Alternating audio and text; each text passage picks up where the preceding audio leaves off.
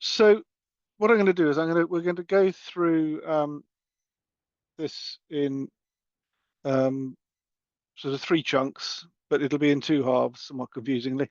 I don't quite know where it'll happen, but once we've been doing it for about 40 odd minutes, we'll take a short break, and then we'll continue into the second half.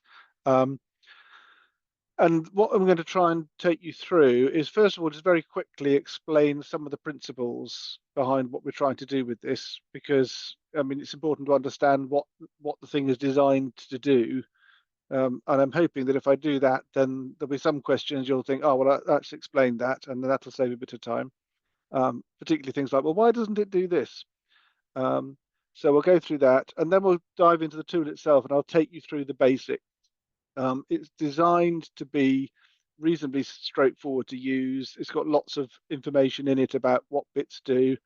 And at the end of the day, it is just a spreadsheet. So it's a fairly simple piece of kit, really, although there's quite a lot of formulae hidden in the background. Um, I think it's one of those things where I'll spend a bit of time taking you through it, but actually to learn it and how to use it, the thing to do is to dive in and have a go. Um, and then I want to, at the end, talk a bit about how you use this with the accompanying budgeting tool, because the whole purpose of this is to be able to use it as an active part for management. So on that basis, let's dive in to that, what the principles are behind what we're trying to do. And if you've got any questions that come up, either put them in the chat or put your hand up and ask them. As I said, it's quite a small group, I think, so we can tackle it as we go. So before we just think about the specifics of this, just generally, this is something that some of you may have seen this before, have used it before in some other training, but as a bit of a thought experiment, if you think about your organization, does it have a budget for the year? I'm hoping that some of you are nodding because you've got your cameras turned off, so I can't tell, but I think probably you do. And that's a fairly normal part of managing it. And if you think about how you use the budget, and think about how much you spent, um, is that something you look at regularly, or do you wait till the end of the year and just see if there's anything left in the bank? Or, do you work it out maybe after the end of the year and just look back and think, oh dear, that went horribly wrong, didn't it? Oh, look, we've got lots of money left over. I don't think you do. Um, so the principle of what we're trying to do here is similar. With your money, you think about whether you can afford something each month, and you look at what's left in the pot, and you think about have I spent too much already? Or you might even think, well, I'm going to make a decision to overspend on this because I think I can save a bit of money there, and you manage it. And if you overspend, um, particularly if you overspend and it gets towards the end of the year, then in most organisations all hell breaks loose, and people jump up and down and start being quite horrible to you and say, well, where are we getting the money from, and what are you going to stop doing so we can get the money back, and all that sort of thing. Um, and if you think about how much time of your time is spent worrying about the money and planning it and controlling it and having to write reports and making sure that your budgets, I mean, spreadsheets in all directions, that's really what we want to try and get towards with your carbon emissions.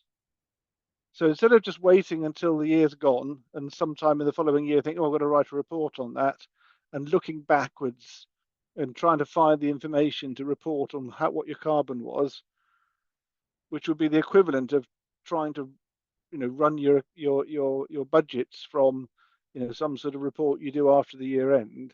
We want to be able to see what we're doing as we go, as far as is possible, make decisions about what we're going to do, and use it actively to actually manage the carbon emissions.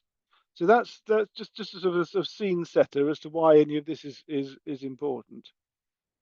And then I thought the other thing that might be quite sensible to do before we dive into the detail, is to actually think about what we mean by emissions and emissions scope. And for some of you, this will be meat and drink, and you'll know this inside out. But I think it's worth just a bit of revision on it. There's some jargon in here which we won't really be using much within the tracker. It does use it a bit, but in the jargon, the first thing is about what counts. What is it that matters? And when we talk about net zero carbon, what we mean is making sure that all the things that happen inside your organization are balanced out to zero carbon, um, which includes any carbon and things that you bring into your organization. So, like all the things you buy, anything you dispose of, all your rubbish, and also any carbon that happens as a result of people using your services. So, for example, people traveling to a museum, that carbon counts towards your carbon budget. And they're split into these three scopes. And scope 1 and 2 are the easy ones that I think most people have been thinking about for a while. And scope 3 is all that other stuff that gets a bit more tricky. So scope 1 is basically stuff that where carbon comes out of your own organization when you burn things. You might not think you burn very much, but if you've got a gas boiler, for example, then you're burning gas, or an oil boiler, you're burning oil. And if you've got any vehicles in your organization, you're burning oil in those if they're petrol or diesel vehicles. So it's those emissions are scope 1. And for a lot of organizations, it's just their gas bill mostly, but maybe any company car fuel bills. Um, Scope 2 is sort of the stuff that's directly caused by you, but where the emissions are somewhere else, which basically means electricity, with a very few exceptions. Um, and if you've got solar panels, then that's offset against that, so you can that cuts your scope 2 emissions. And then scope 3 is all the other difficult stuff, like things you buy, things travel you do, all your staff and volunteers coming to work and going home again, um, all your visitors traveling to and from the museum, any meals you serve in the cafe, waste disposal, all of that stuff. And so what we're aiming to do is to provide within this tool a way of looking at all of those things that are significant. We're not trying to cover absolutely everything, and there'll be some things that are quite niche that maybe aren't covered, but we're aiming to do a sort of a Pareto thing of capturing almost all of it without going mad with the effort. So that's what we're sort of trying to achieve overall. And then in terms of the sort of using of it, there's this sort of process that we want to go through around tracking. I think when I first put the slide together, it seemed quite important to start with saying don't panic.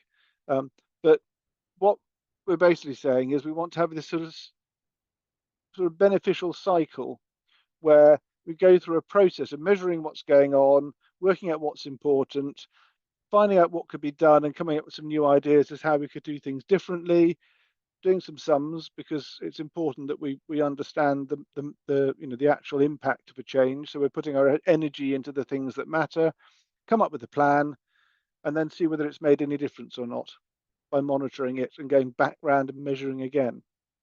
And what we're trying to do is to encourage people in this sort of cycle to have this ongoing continuous improvement type process where we're looking to see what can be done, changing a few things, seeing if it's made a difference, and trying to keep the sort of almost like the pressure on all the time to continuously reduce our emissions in this sort of measure, analyze, act type cycle. There's lots of different ways of expressing it, but it's that's sort of what we're aiming to do. And so this tool is diving into that sort of process and seeing what we can do about that. So I think so Alex has already alluded to this, but it's a perfectly good question as to why do we need another tracker, because there are other things out there, and there are other tools, and there are some larger organisations in our sector use the Gallery Climate Coalition tool, which is pretty simple and produces a high level report, but doesn't really go into a lot of detail. Or Julie's Bicycle is one of the defaults, which again it does do year-to-year tracking and will do calculations for events, but it's quite difficult to use. And I think small museums have just found it's a bit too scary and they don't quite know how to make it work. and it's, I think, quite hard to see the connection between any changes you make and what impact it has, because it's partly because it's trying to do everything. It's quite a complicated tool. Um, and Creative Carbon Scotland, I mean, none of you are Scottish, so you may not be aware of that, but they have a set of spreadsheets that do a similar job. But again, they're not terribly approachable. You need to sort of know, they're okay if you know what you're doing, and probably you can spend time and learn how to use them, but they're not terribly user friendly. And of course, there's lots of things you can pay for that'll do all sorts of things with bells and whistles on, which are more complicated, but they cost money and they're not necessarily aimed at this particular sector. So that was some of the background. And part of the reason for trying to think about the specific needs of smaller museums is you really want something that's helping you to understand what levers you can pull that are going to actually make a difference to your carbon emissions. And so you want a tool that's focused in on your specific characteristics and sort of attributes. And if you think about the sort of carbon footprints of an organization, different organizations are very different. So I mean, just as a couple of examples, a manufacturing organization is dominated by the stuff they buy in to make the things and how they get used afterwards. Whereas, for a school, say, it would be probably dominated by just the energy they use on site, because most people live very close and there's very little travel, and they don't produce anything else that people use. And if you look at a small museum example, this is the sort of the way it's presented in the tool. Actually, the things that really come out of that are visitor travel. Sorry, it's almost fallen off the bottom of the screen. I don't know if that's on yours, but visitor travel at the bottom is a major part of it. And I was quite surprised to the extent that I went back and rechecked all the numbers many times, because I kept thinking, well, it can't be that big. But actually, catering is quite a big thing. If you've got a cafe and you serve meals, that turns out to be quite a big chunk of the carbon footprint of a museum. And so yes, so that's the sort of the split. And what we wanted to do was to make sure that the thing you would be going to be using to measure all this stuff would be relevant to you, and mostly asking for information that was relevant. So that was another bit of the background to it. So still in sort of thinking about the principles of some of these things, the other thing I wanted to talk a little bit about was it's quite difficult to do this without getting a bit jargony, and the terminology is a bit imprecise. But in my terminology, I'm talking about, I'm calling it incremental versus attributed emissions, and it could be embodied emissions. I'll explain what I mean. Don't worry too much about the words, because they're not very helpful words. And I'm a big I really don't like it when people create words to use for this sort of thing. But for the sake of something to call them, I'm calling it incremental versus attributed. And what I mean is the difference between how much carbon should be attributed to a particular thing when you use it, separately from how much carbon would you save if you didn't do it. So let me sort of try and explain that, because it's a bit complicated. So if we take a car, so you've got a car and you drive your car around, and it is the case that a small car, when you drive it around, you will emit about 200 grams of carbon per mile from the exhaust pipe on account of burning the petrol. So the problem is that's not the only carbon associated with driving a car around, because when you drive the car around, you're also using up some of the life of that car. And to make a car is about 5 tons of carbon. And you need to think of a way of attributing that to its use, because you can't just put that as a big lump at the beginning and then say after that it's free. That doesn't work. So you have to divide that out somehow. And so typically what you do is you say, well, how long does a typical car last? Say around 100,000 miles. So what I'll do is I'll add on another 50 grams of CO2 per mile to my 200 grams of CO2 per mile for burning the petrol, and that gives me 250 grams of carbon per mile. But that 250 grams, it's not all actually emitted when you drive that distance. Some of it is basically accounting for the fact there's a chunk of carbon that you're using up by using up the life of the vehicle. But it is the case in a car that those two are quite similar, really, aren't they? Because if you if you're thinking about going somewhere and you think, well, shall I take the car or shall I take the bus? If you take the bus and you don't drive the car, you have really saved that because you haven't used up that bit of the life of the car. So in this case, the sort of incremental versus the attributed, it's a sort of the same thing. If you don't use the car to do a 100-mile journey, you have genuinely saved about whatever that is, 20 kilograms of carbon and 250 kilograms of carbon. You've saved both of those things, and that's great. Where it gets tricky and why this is quite important when we're thinking about tracking is there are some things where they really aren't the same thing at all. And of course, the really obvious one of these is the knotty thing of emails that comes up again and again and again. Drives us mad. Because some time ago, Mike Berners-Lee, without meaning it to become a hostage to fortune, happened to mention that, the average email is about 0.3 grams of carbon. And lots of people picked up on this and said, oh, well, I'll send fewer emails and I'll save all of this carbon. But it doesn't work like that because that 0.3 grams is not the incremental carbon every time you send an email. It's made up of all the things you need in order to be able to send an email. So buying a laptop, keeping it plugged in and charged up all day with your screen looking at you as well, all of that stuff, and all of the existence of the infrastructure for you to send that email around the world, and then a little tiny bit, which is actually the data that's in that email when you send it. So if you think, shall I send this email or shan't I send this email?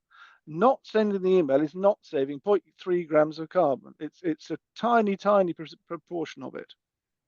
And that's important because what we want to be able to use our tool for is to help us decide what behavior to make, what actions to take to save carbon.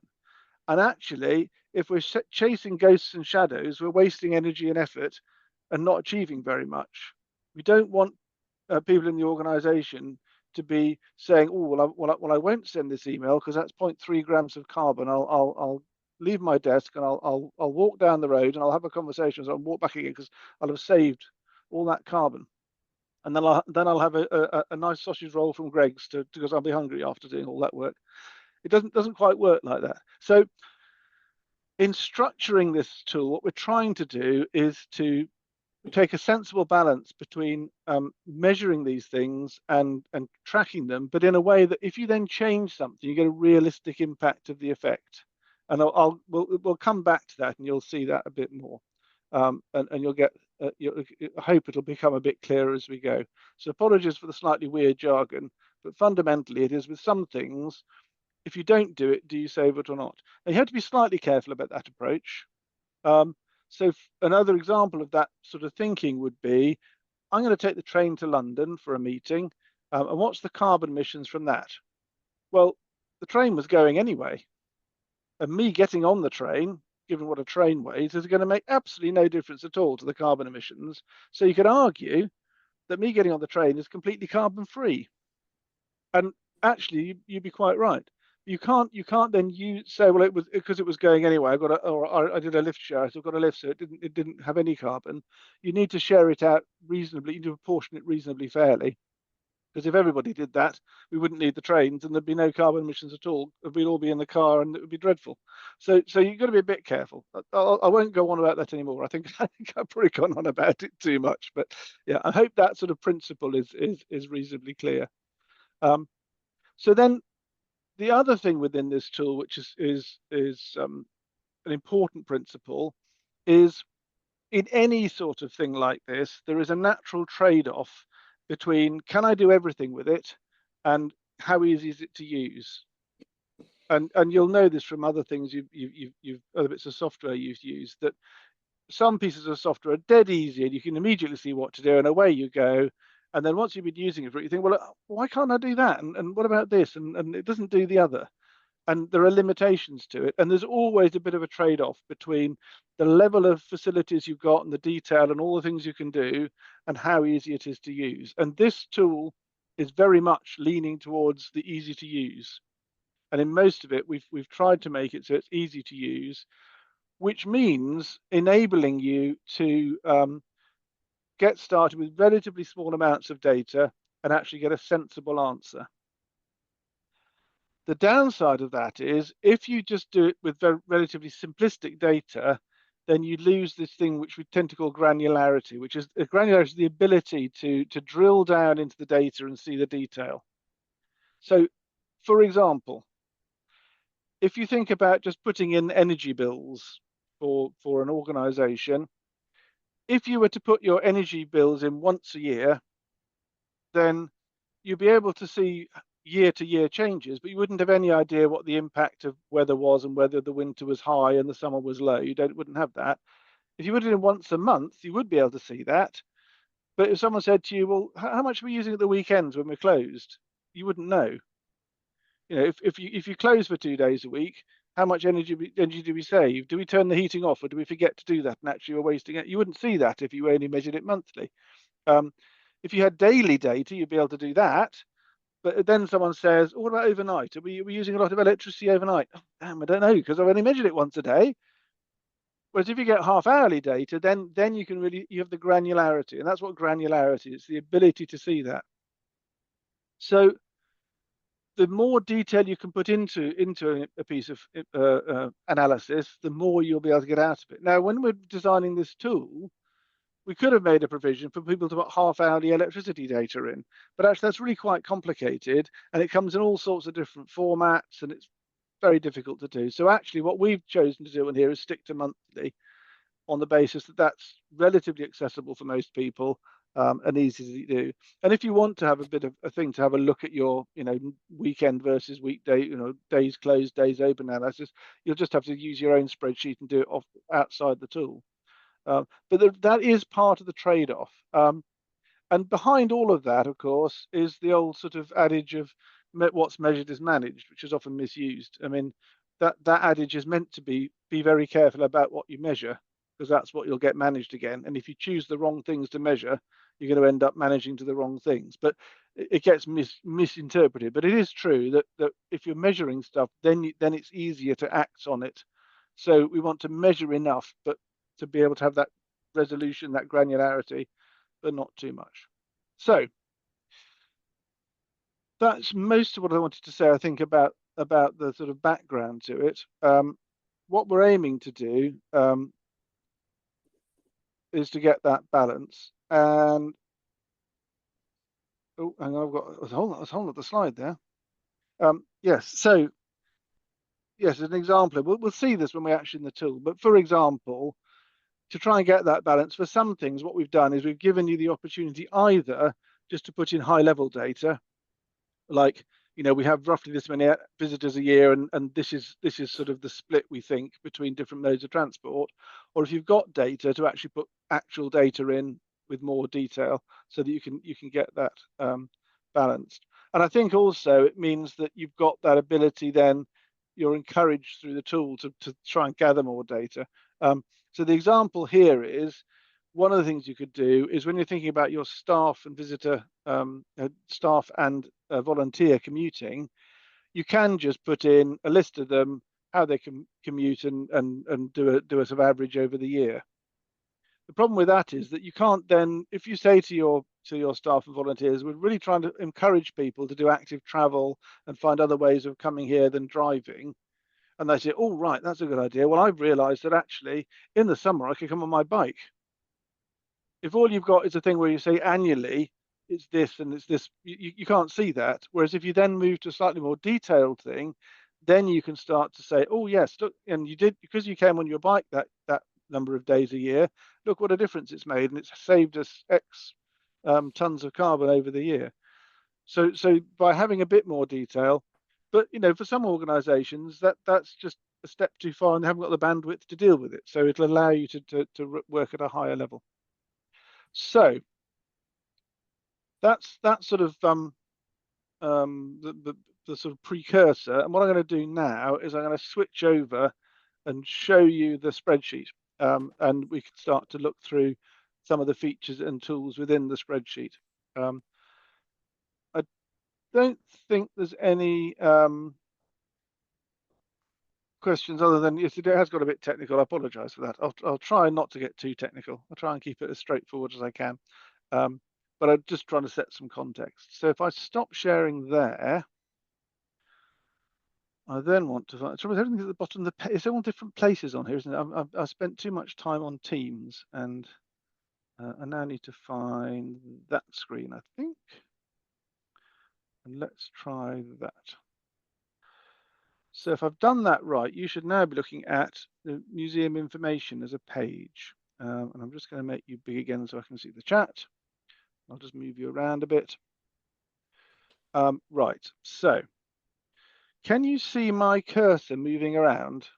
If I move it around, you can see that little square thing. Good, that's helpful because then I can point at things and you might be able to see it as I highlight things. So the first thing really is to say is it is just a spreadsheet. It's quite a big spreadsheet, but it is just a spreadsheet. It's not with any code in it. There's nothing clever in it. We wanted to keep it as simple as possible from that point of view, so that it had the maximum broad compatibility. It is in Excel rather than say in Google Sheets or something like that. So it does rely on organizations having access to Excel. But it is basically just a spreadsheet. It's just a file. So if you're sent this to use it, what you're being sent is the file. That's all there is. It's not connected to anything in the outside world. It's not any external links. And if you break it, we can send you another new one. I say if you break it because Alex has been demonstrating all the different ways in which you can break it, and I keep trying to make it so you can't, but I won't succeed because it is just a spreadsheet. And the downside of it just being a spreadsheet is it can be broken. We have set a set of protections on it. So you'll see at the bottom of the page, if you've got enough resolution on your screen, that a whole lot of the sheets have a little padlock next to them. So they are protected. So for example, on this page, I don't know if you can see that, but I can't select any of the things that aren't actually data entry. If I go there, I can select it. This is the problem with Macs is if you double click it, it thinks you want to make it bigger, make it smaller again. So there is some protection on it. So you can't go in and overwrite formulae and things unless you unprotect it. But on the other hand, I have left it so that it's not password protected at all. If someone wants to unprotect it because actually for perfectly good reason, they think, hang on, I want to see what that's doing, then they can. So from that point of view, you can move around in it. And the way it's organized is there are a series of sheets which are for you to enter data, which are the green ones at the bottom here. And they're broadly split into different categories. So the first one is just all the stuff about the museum, which are things like, who are you and where is it and which year are we talking about and when do you want to start which month do you want to start your reporting year, and how many people work there and how many people visit. So if we dive straight into that, this is an example of one of the things at the start of this where you might know how many people visit each month. So in the case of this particular sample museum, it's closed in January, so nobody visits in January. And then they've gathered visitor numbers, and as you can see, it's really busy in the school holidays in the summer, but it tails off as the weather deteriorates. So they've got that information, and they've said yes, they have. But we haven't put any monthly figures in for the staff or the volunteers. So we'll just assume that you've got 12 full-time staff and an equivalent of 4 volunteers on site every month throughout the whole year. But you can also put in a bit more detail. So down here, you can say, how many operational days have you got a month? So for the visitors, we're saying that actually we haven't got operational days in the winter. And this doesn't quite match up, so I don't know how they had 200 visitors in February if they weren't open, but we'll gloss over that because this is just sample data. But you can put in a bit more detail if you've got it. And then the other thing is space. How big is it? And this is really asking you for the floor area of your heated space, which might seem a slightly odd statistic. But the reason it's asking that is that's a useful thing because we can then use that for estimating other things. Things like the cleaning bills, for example. It'll make an estimate if you don't know. And some of the other things, it uses that number. And have you got a cafe? So this broadly has various different capacities. Let's assume that you've got a small cafe in this one. It also allows for you to have some sort of temporary space that maybe isn't open all year round. Some places have a space that's that's only used in the summer. Um, but it has got some heating in it, say. So it allows you to have a little bit of, just a bit of flexibility. But if you've got a really complicated organization which has got different rooms that are rented out at different times to different people, it's not going to be able to cope with that. That's getting too detailed. We've also allowed for event space on the basis that you might have a space that's used, just in the evenings, 3 nights a week for something. Some organizations have this. When I was writing this, I put this in because I'd literally just been and done a whole lot of surveys for public sector decarbonisation of 3 museums in the north of England, all of which had a concert space of one sort or another. And then I put this in there, and Alex was saying, "Well, what's that for? We don't have any that have that." So anyway, so I've left it in. If it doesn't apply, you can just ignore it. Um, and then I've also put in provision for external space, which doesn't really get used at this stage, but it might be if you've got a lot of fields to mow or something, it might be something that's useful to know. And the other thing is to capture what your main source of heat is. And the options it's giving you here are mains gas, oil, LPG, or electricity. If you use dried cow dung, then I'm sorry, I'm not going to be able to cope with that. And if you have some weird hybrid, then it'll come out in the wash. But this is really just to say what's your main heating source. Again, it's that balancing the two. And so that's the beginning of it. Then you've got these 3 main chunks of stuff that are emissions types that you might have things that cause emissions. The first one is all your utility bills. So these are things where someone else should be telling you what you've used at some sort of periodic interval. And so these are laid out with months through the year, and you can put the data in monthly, or like, for example, for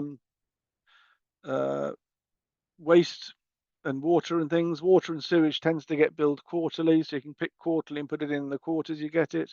And the units you use should be the ones that your bills would normally come in. So if you're buying oil, you might in here want to say that actually you buy your oil every so often. It's not any particular frequency, and you're just going to want to put it into here at the relevant times you bought oil in litres. Similarly with LPG. If you use coal for heating, I've put that in tons, but you can work out what units you want. And then there are some other things. So you might have solar panels that allows you to put the on-site generation in to offset your purchase of electricity. And it might be that you use fuel in some of the museum operations. So you might, buy petrol to go in a mower, or you might be using bottled gas for some of the things that you do, or you might be buying coal to put into a steam engine, for example. But that's where you can then put in those other fuels that get used on site. Water and sewage, I've mentioned, that will come from your utility bill. It'll tell you what the meter cube usage of water and sewage is.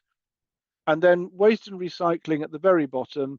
Again, you should have a provider of waste services who will provide you with that data. So the idea is that this page is all the things where somebody somewhere should be sending you some sort of bill that you can find the information for and put it in onto here. And coming back to the question of how you're monitoring and tracking, where you've got monthly information coming in, if you've been able to plan ahead and think what you're going to use, you can fill this in every month. You don't have to wait till the end of the year and then start filling it in. You can fill it in each month and see how you're doing against your plan. And I'll show you that in the second half. I'll carry on probably for another 5 minutes or so, and then we'll take a short break. So that's one chunk. That's all relatively easy stuff. You should be able to find that information quite easily. The second chunk is office equipment, I've called it, but it's sort of all that sort of thing.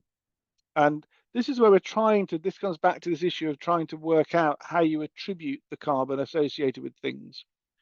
So you've probably got some office equipment that's of IT equipment, computers and maybe some video displays.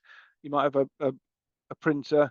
You might have mobile phones. You might even have a data server on site. And the principle here is that you estimate how long you keep it until it dies. You have to throw it away. I would suggest that for quite a lot of small museums, this is a much longer period than that. And how many of them you've got. And all it's doing is it's then saying that on average over the period, this is how it'll attribute it. And the reason for doing it like this is if you do get some things where they say, well, how many computers did you buy in the year? And you bought 2 computers, and then you get a great lump of carbon in the month where you bought the computer. And the problem with that is when you look at it, you think, oh, blimey, what happened then? That was a really disastrous month. But the following month, think, oh, that's great. That's gone now. I can forget about that. And actually, that's not how you're using that piece of equipment. It's a thing which you're using over its life and thinking about that and budgeting it for it. It's the same principles as you use in the financial accounting, where normally you try and amortize something like that across a period. But anyway, so that's how we're doing that. And then off-site storage, cloud storage, which is something people get very obsessed about. But if you're using any of the main big providers as a self, if you're a self-contained museum unit, it's different if you're part of a group. I mean, I would think that for someone like the Castle, it's probably all wrapped up in the county council IT. But if you're a separate independent museum and you use some Microsoft stuff or you use Google stuff, they will give you a report. You can say to them, please, can you give me my carbon associated with all the things you do for me for my emails and my storage and all of that. And any of the cloud storage people will do that, and they'll provide you with the report. And so Kathy and I did it last year for our little company of the 2 of us. But we do have quite a lot of storage, so I'm very resistant to ever throwing anything away. And over the last sort of 15 years or not, so I've developed a lot of renewable sites and lots of wind turbines. And every site, there are 1,000 photographs of everything. And I haven't got the time to work out which ones to keep, so I just keep them all in the cloud. So we have quite a lot of storage. And so we thought we ought to have a look at that and see whether that was significant. And last year we did that. And I think we worked out that it was something like the equivalent of driving a petrol car 20 miles for the year. For all of our stuff, it's not a big thing. And again, it's one of those things where people take data out of context and lose it. Anyway, so that you can do that, or if you don't do that, the other thing you can do is ask it to estimate it, and what it'll just say is in round numbers, roughly how many terabytes of storage do you think you've got in the cloud, and it'll then attribute a generic number to it. So again, it's part of this thing of being able to choose different ways of doing it. Paper, we're only really counting for paper as paper that goes through a printer, which has a slightly higher carbon footprint, compared with paper used for other stuff, which has a slightly lower carbon footprint, because that seemed the easiest thing to do. And for other consumables, what we've done with that is we've had a look at all the things that museums tend to buy, like glitter and glue and paint and paintbrushes and flip charts and all these sorts of things, all the things that that end up being used up. And we've sort of looked at what's in that portmanteau of things and worked out roughly what's a sensible amount of carbon per pound of spend. And we've looked at that, and so that's what this does. It just says if you've bought stuff, which could be pens and paints and hole punches and goodness knows what, glitter, fairy lights, anything like that. We've just portmanteaued it up and come up with a single number for that. And that is going to give you a reasonably accurate estimate for very little effort. There may be other things where you get specific data. So if you buy a lot of something, and some of the suppliers will tell you what the carbon is in some of the things you buy, anything like that where it tells you, then you can put that in under this other carbon information table down here. And you can put anything in there and you just put the carbon impact in kilograms. So if say you buy a lot of stationery, some stationery suppliers will tell you what the carbon is for all the things you buy, in which case you can put it in as an actual number and just don't put that spend into this number, just exclude it.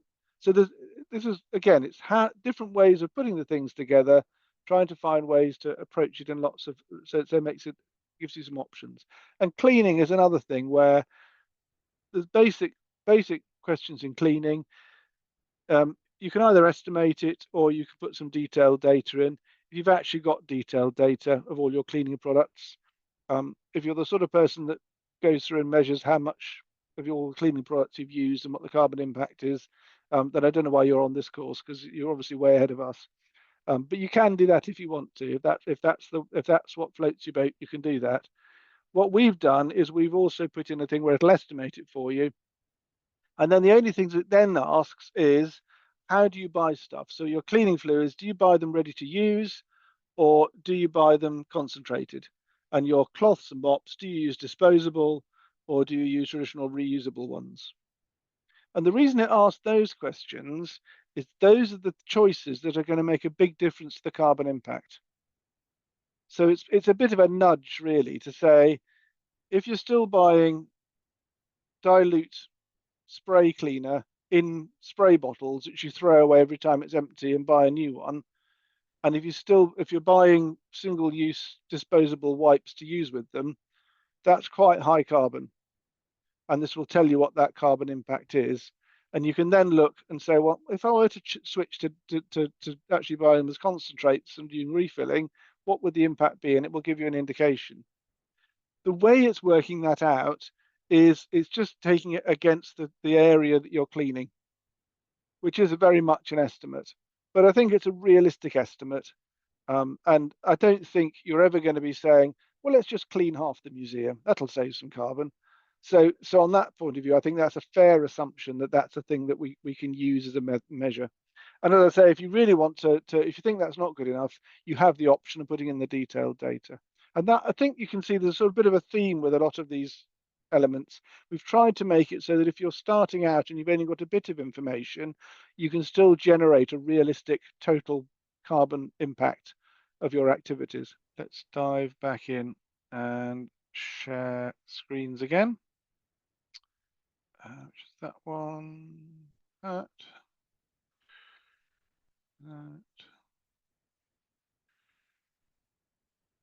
Right. Travel. You see, it's very complicated.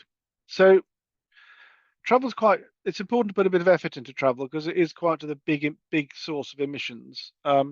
So what we've done in travel is, again, give two options, either to do it at a sort of a high level set of assumptions or to actually provide a reasonable amount of detail.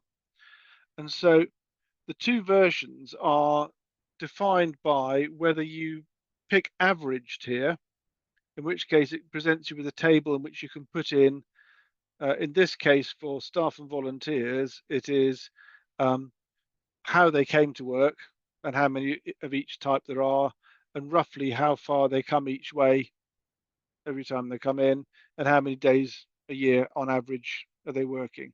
So, I mean, if you might have in there, in this case, two people that cycle, and one of them comes 4 miles and one of them comes 2 miles, so you average that to 3, and one of them comes in 50 days a year and the other one comes in 100 and some days a year, so you average that to 84, and that'll give you a realistic number at the bottom.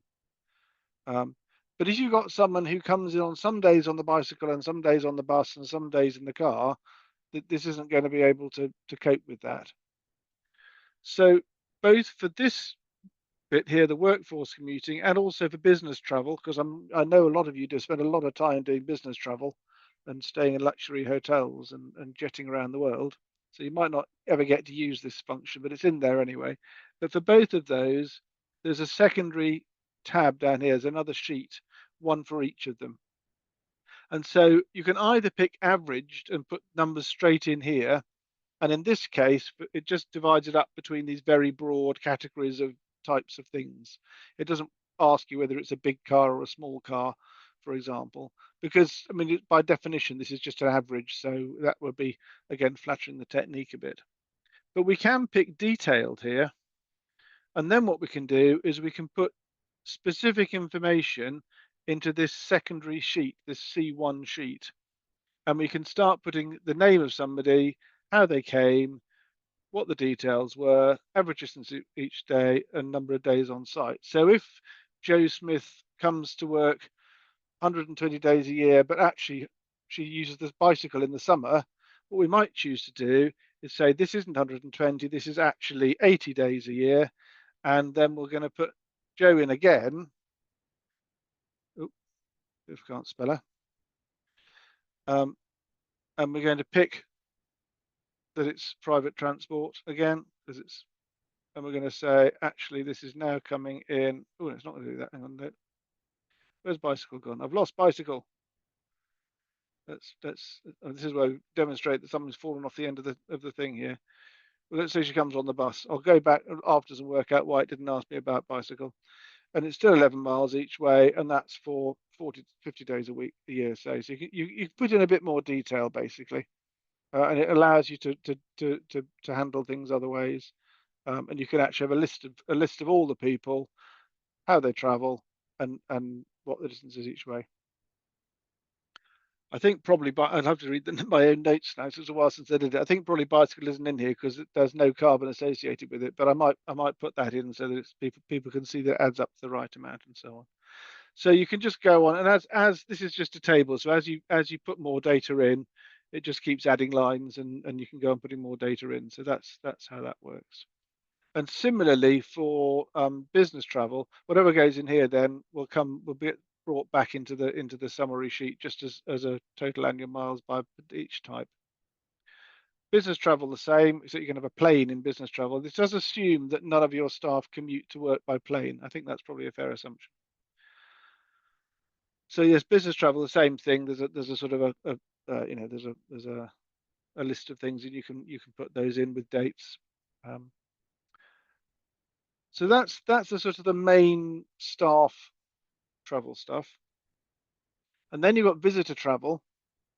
And for visitor travel, what we've done is we've assumed that the number of visitors is as set out in the sheet at the front. So back in museum information, if I go back to museum information, we provided information about visitors.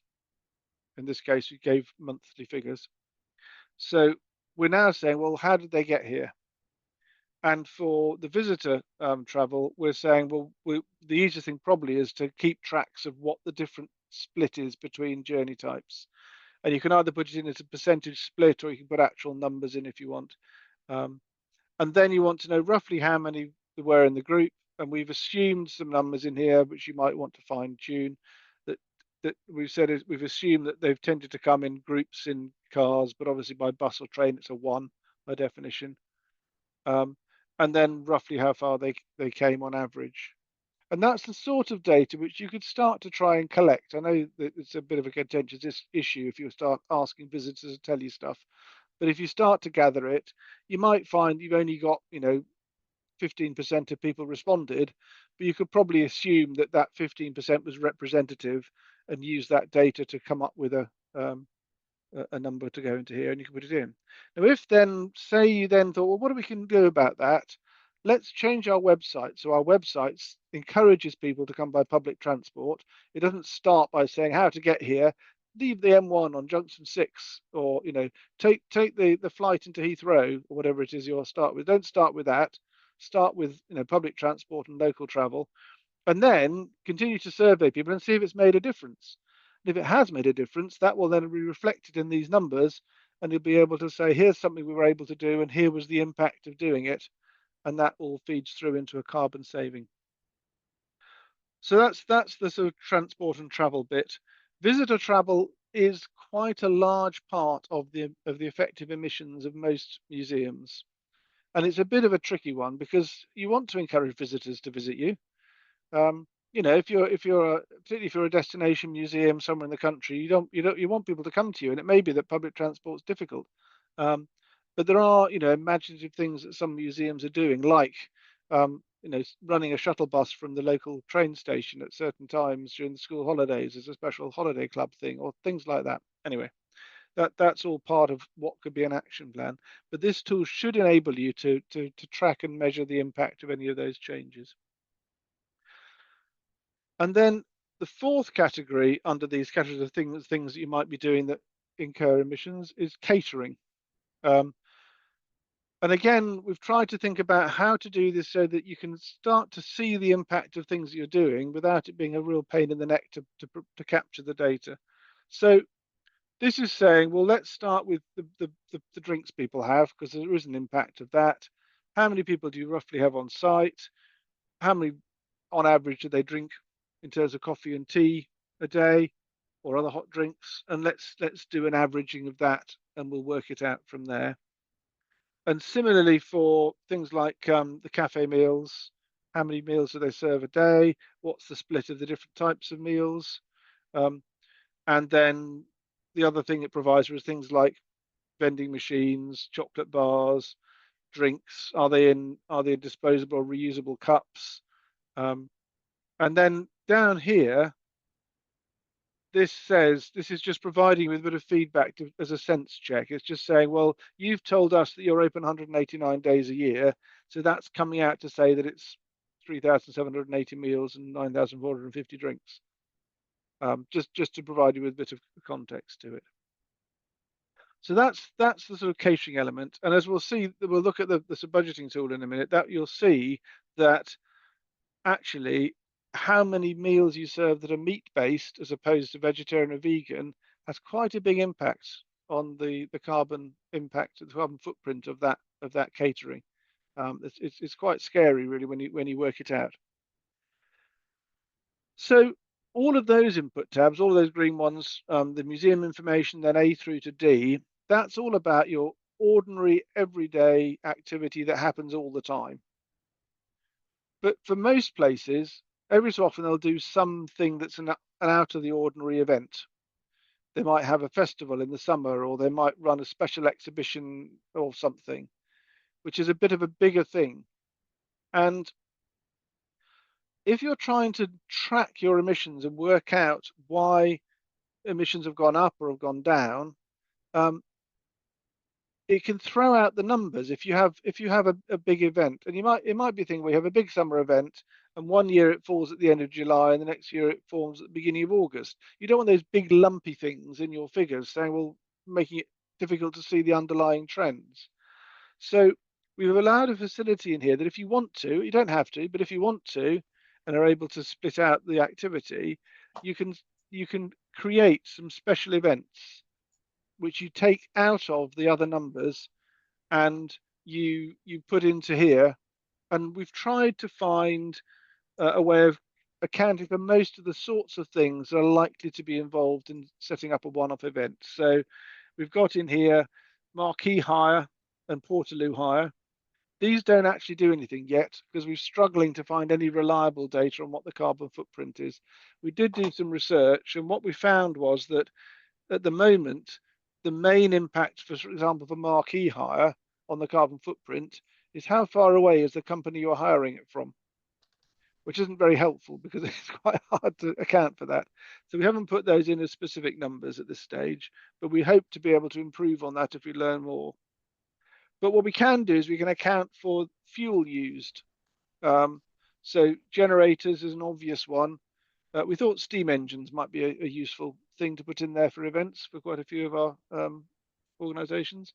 There are people who will put on a special summer event and they'll invite one of their local steam museums to send a traction engine along. And you ought really to account for the coal that they shovel into the coal box to bring their traction engine to your museum. And other vehicles might be other vehicle things. And so what we thought was if you are hiring a marquee, and you want to think about the impact, what you could do is say to the people supplying it, how far are you coming? And let's put we'll account for that by putting some fuel in here. You'll see there's some information in about other ways of using the things that are in here.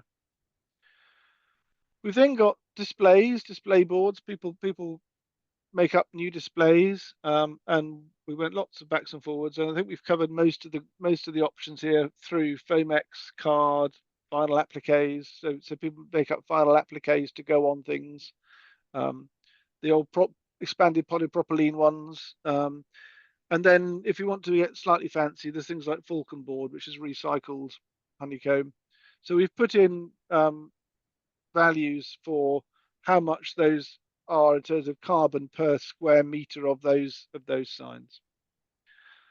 Pop-up banners, and again, there's options in here. And you'll see again, we have a bit of an agenda with these pop-up options in here. So with the display boards, it prompts you, so well, are you using recycled board or paper, or are you just doing one single-use plastic?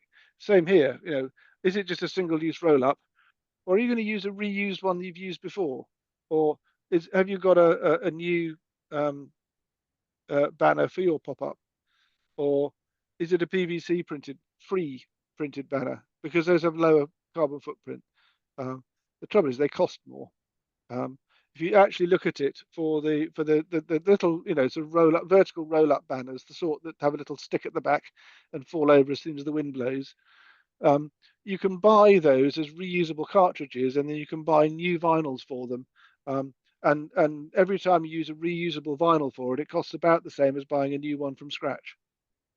So they don't they don't make it easy. But if you're worried about your carbon footprint, you might think, well, that's a way I can actually reduce the carbon impact. Other purchases, same principle as for office supplies. If there's other stuff, consumables you've bought, just stick it in as a number, and we've got an assumed conversion of stuff you buy turned into carbon. Waste, if there's additional waste use, you might have special waste collections for it. And then this is the visitors again. So the same principle as on the other visitor travel. Number of visitors, what percentage split between the different types of travel, and what average distance. And then you might have some carbon associated with transport of exhibits. And if you are transporting exhibits, if you're getting exhibits brought in for a special display, for example, you should find that the transport company will provide you with the carbon impact of the transport. The big logistics companies all have systems where they will tell you what the carbon is for a particular delivery. Event catering, so there we go, and that's the other thing that goes in there. So you put all of those in there, and it adds it all up and comes out with a number, and then that gets reported in the outputs. And we've allowed for how many 9, 10, 7, 8, 9, 10, sorry, I'm making you all seasick now. 12 events in a year. I think if you think, well, that's not enough because we do this every week. If you do it every week, it's not an event. It's part of the run of the mill things you do, because anything you're doing every week, if you've got, like, we have schools visits every week, that's not an event. That's part of your ongoing stuff. And that's really just, there's no hard and fast rule as to how to use it and which is the right way to use it. But I would say that anything you do all the time, even if it's just over the summer, I think that can go into the ordinary numbers. But it's if you have extraordinary things, like if you say, well, we're running a one-off event this year, and because it's a 100th anniversary or something, we're going to ship all these amazing artifacts from Benin, and they're going to come by camel or whatever. Then it might be you've got some particular things you want to capture, because that would be a big lump of additional carbon, which is fine because that's carbon you're emitting to achieve something. This is the point about this. It shouldn't be a guilt trip where you say, oh, we terribly feel very bad about the fact we've got this carbon. If you're using it to deliver something that's of value, that's fine. That's good carbon. It's carbon for a good cause, if you see what I mean. What we want to try and avoid is carbon which is unnecessary. We're trying to squeeze out the bad carbon, if you like, and then only use our carbon budget for the things that are worthwhile, exactly as you would do for money. So you wouldn't say, oh, we just shouldn't spend any money at all in the museum because that's money we've spent. It doesn't work like that. You're spending money to do good stuff and it's of value. And the same principle applies when you're looking at your carbon. You want to use the carbon that you need to spend, but use it wisely and get the maximum benefit from it. So that is all of the data input. Those are all the different categories. And what it then does is it goes away and does some sums, and buried away at the sort of back end of this sheet down here, there is some information on how it converts them all, which isn't designed for you to, it's not pretty because it's sort of in the hidden workings. So we might hide this sheet on the versions we send out, but just so that you know what it's doing is it's doing workings out where things are genuinely, you might only have one number, but it happens all year. It spreads it out monthly. where it can. So anything, for example, that's related to visitor activity, you've told it how many visitors come each month of the year. So what it does is it divides those things up in proportion to the number of visitors each month. So that should be a reasonably accurate thing. Um, and where it's just spread, so if you just put in one annual electricity bill, it'll just distribute it evenly because that's all it can do.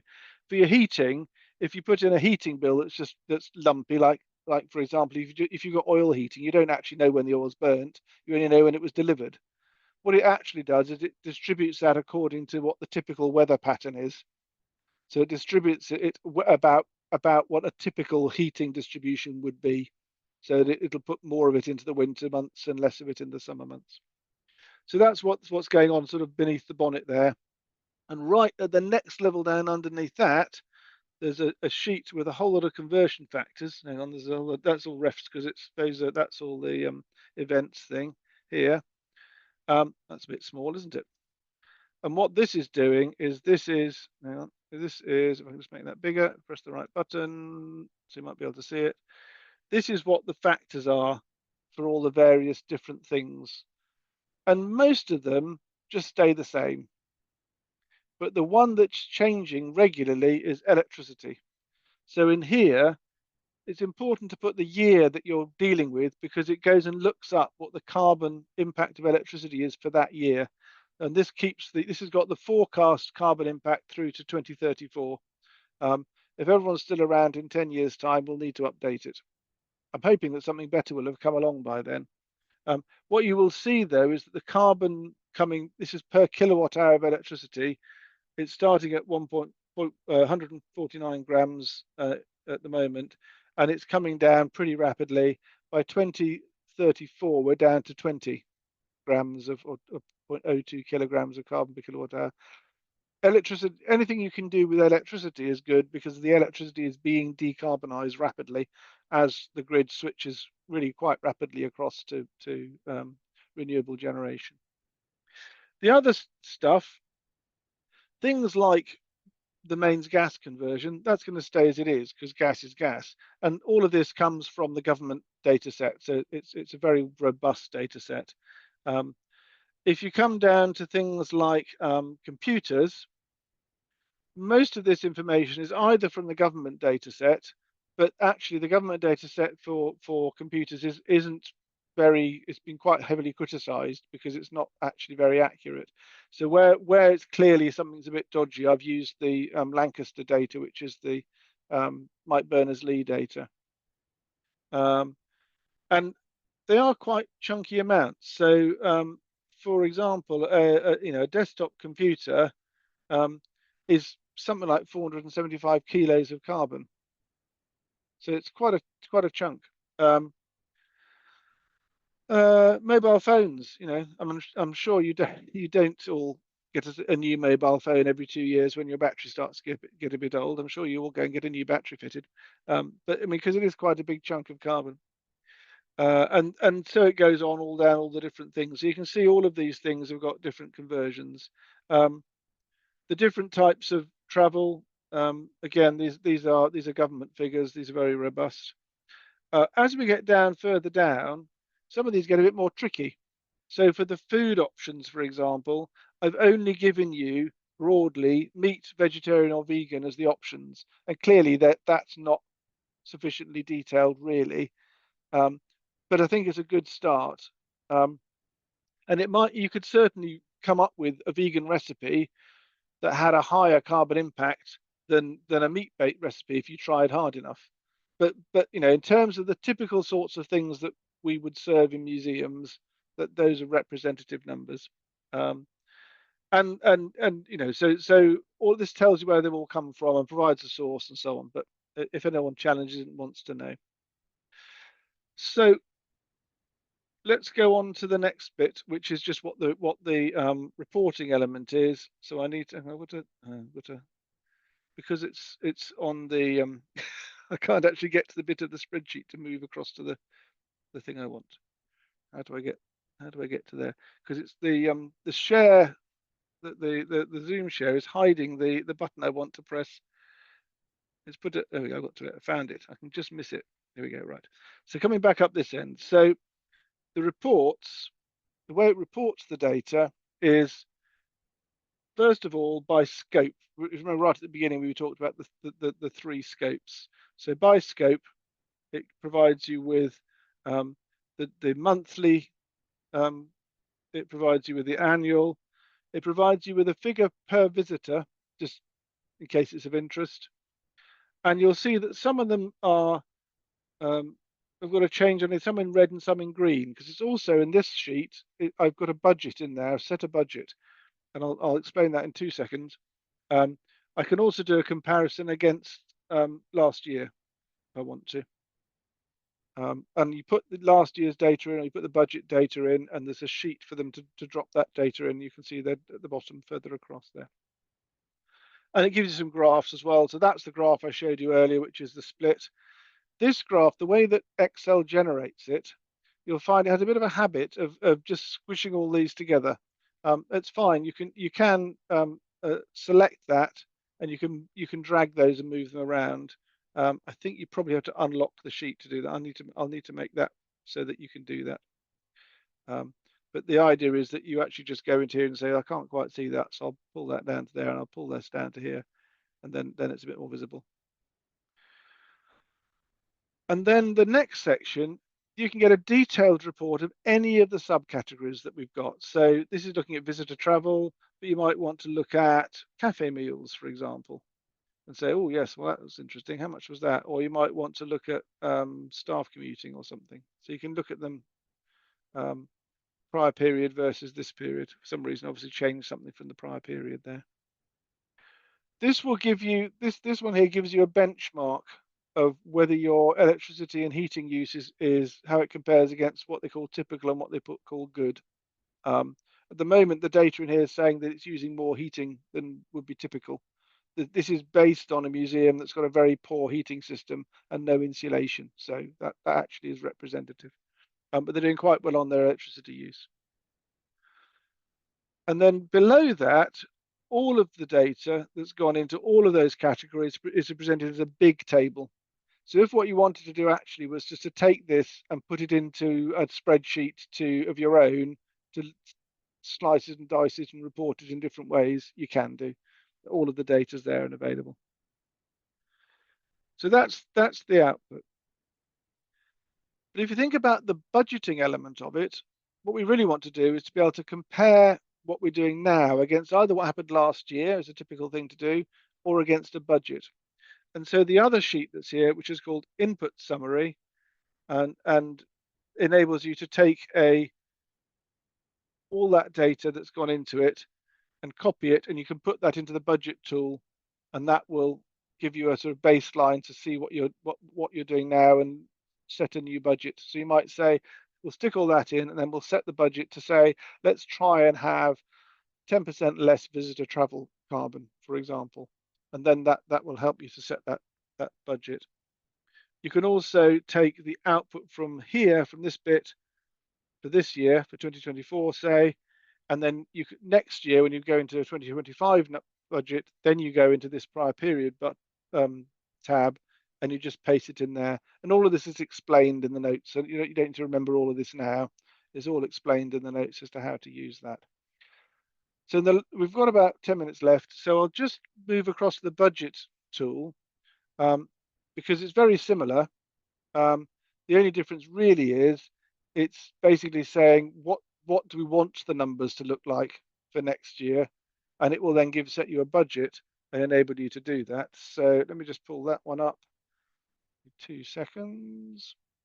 I did have it open, but I seem to have closed it absent-mindedly. There.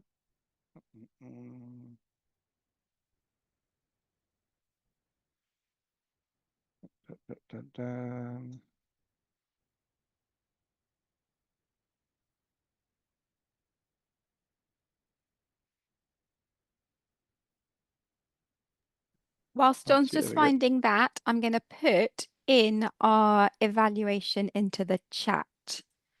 That is in now. So if you could complete that when you can, it will get sent out to you in an email after the event, so you don't have to do it right now, although obviously it can be easier to do it straight after the event. And if you do need to head off kind of quite soon, then thanks so much for coming. But otherwise, we'll just kind of just finish up the session with John now.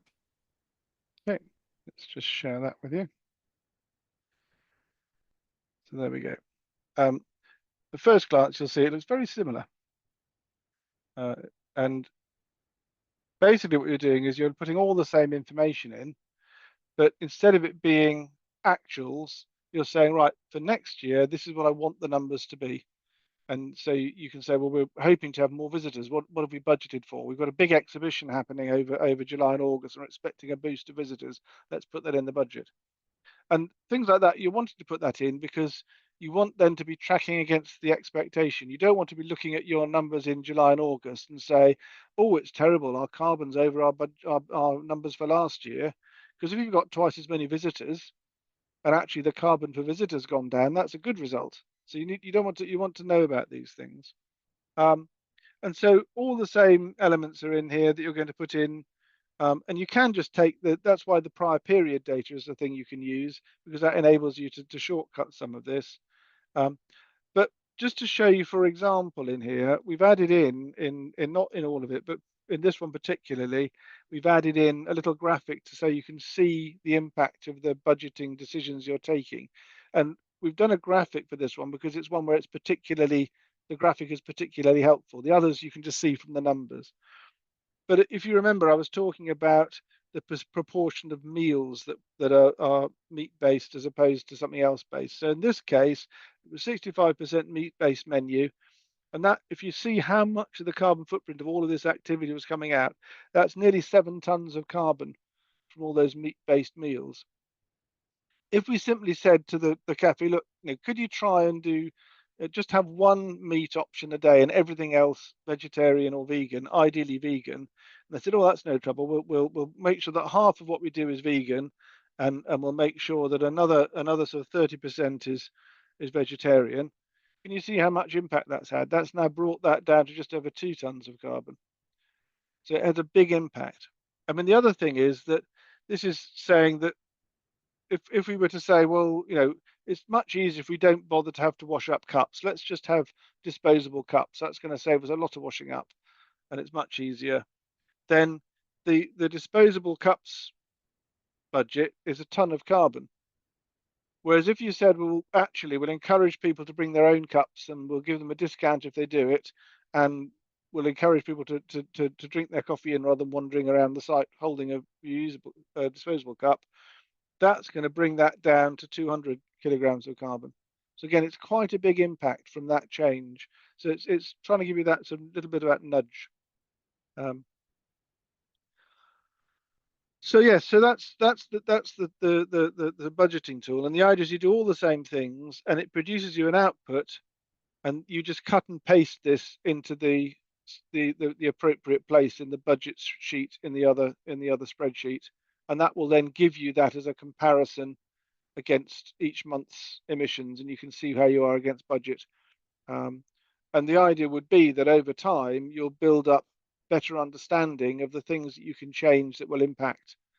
And it would be nice to think that actually people will be encouraged to have an initiative to say, well, that's quite a big carbon chunk there. What can we do about that? Let's see if we can change it, and we'll put in a carbon reduction plan, and then we'll track it to see whether that's actually working or not.